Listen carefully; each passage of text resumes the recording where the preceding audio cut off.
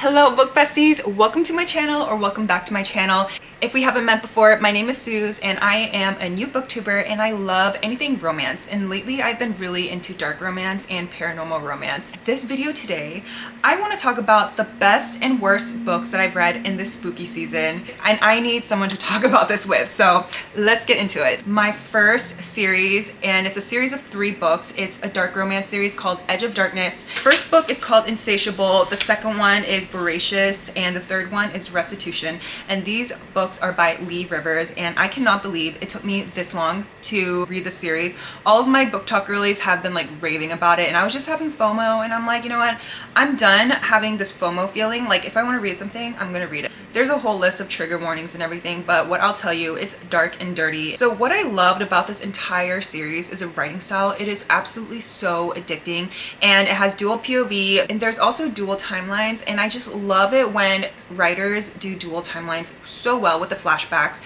And I feel like this is perfect because the first book, you kind of get a sense of like, why is Stacy and Kate so mad at each other? They have like this love-hate relationship, but you find out through the flashbacks a little bit about their past, but not enough to really know. And that is what I love, because it keeps you wanting to read the series. I think I read the series back to back, and let me tell you, it was a little crazy. As you get to the second book, you learn more about the history and you get to know the main characters more.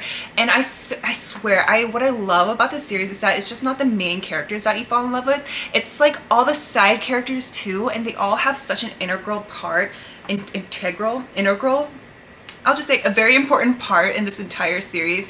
And yes, I will just say, his dad, Kate's dad, Tobias, he's like maybe like in his 40s, and me being in my mid-30s, I'm kind of like, you know what, I think my book boyfriend is actually the dad and not Kate in this one, because like, anyway, but yeah, Tobias and Kate are probably one of my top book boyfriends, book daddies ever.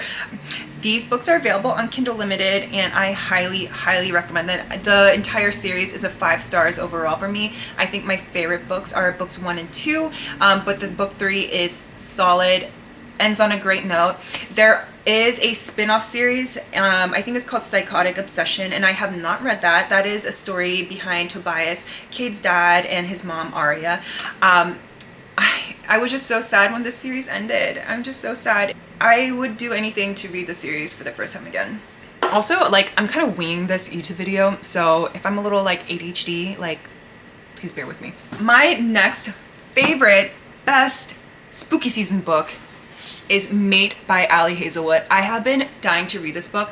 Also, I don't know about you guys, but I have like a goldfish memory. So Bride is the first book in this duology, and I just remember I really loved it. Do I remember anything about it? No, except that it's like vampires and wolves. But I was going to reread it. I just did not have the attention span. So what I would do is just watch a TikTok video recapping yourself about Bride. But anyway, I love this book so much that when I got the Barnes & Noble pre-order, that I had to also get the Target special edition. You know why? Because the artwork in the beginning of the book is absolutely gorgeous. So that one is from the Barnes & Noble edition, and the artist for each special edition is different, and oh my god, this is so beautiful.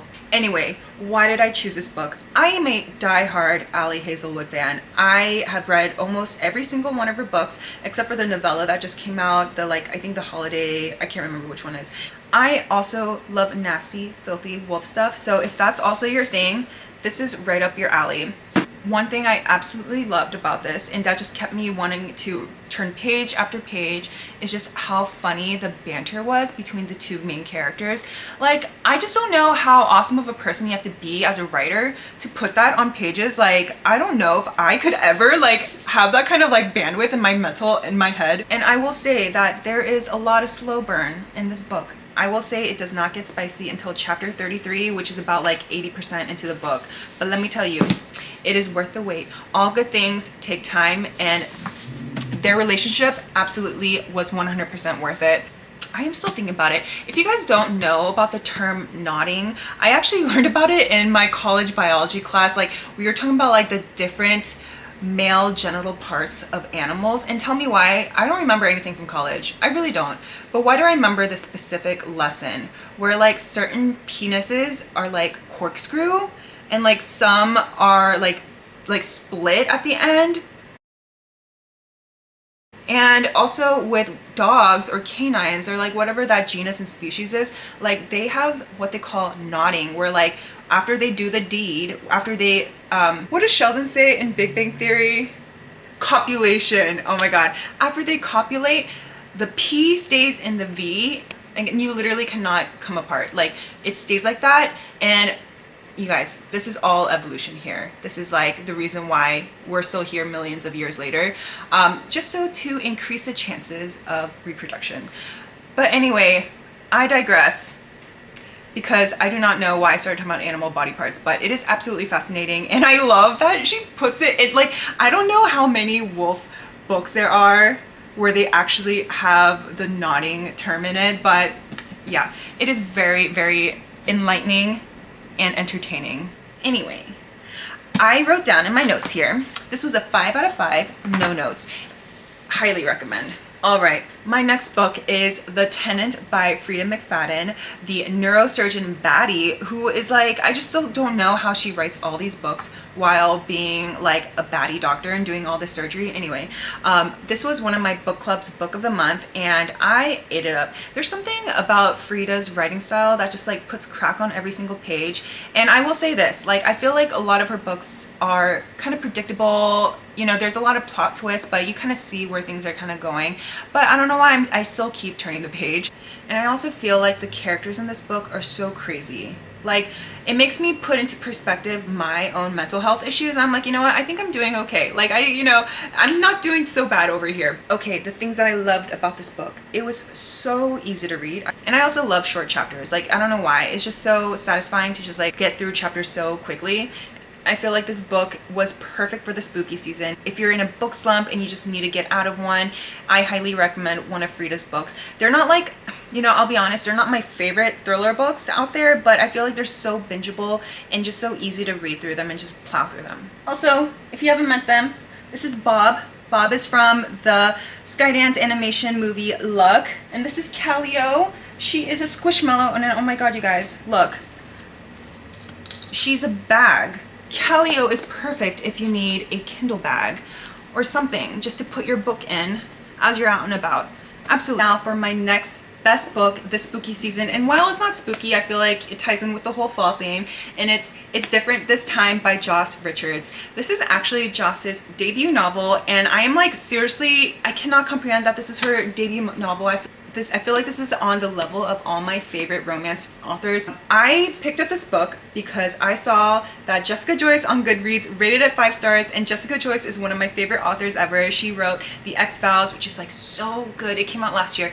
And she also wrote You with a View, which is also one of my favorite books. This is one of those books where I was up until 1 a.m. this last Monday, and yeah, I was paying for it at work the next day.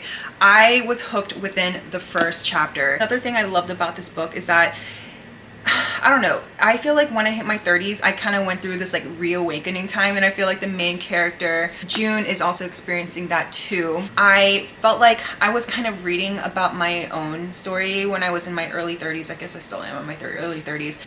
This book features second chance romance, friends to lovers, forced proximity, and found family.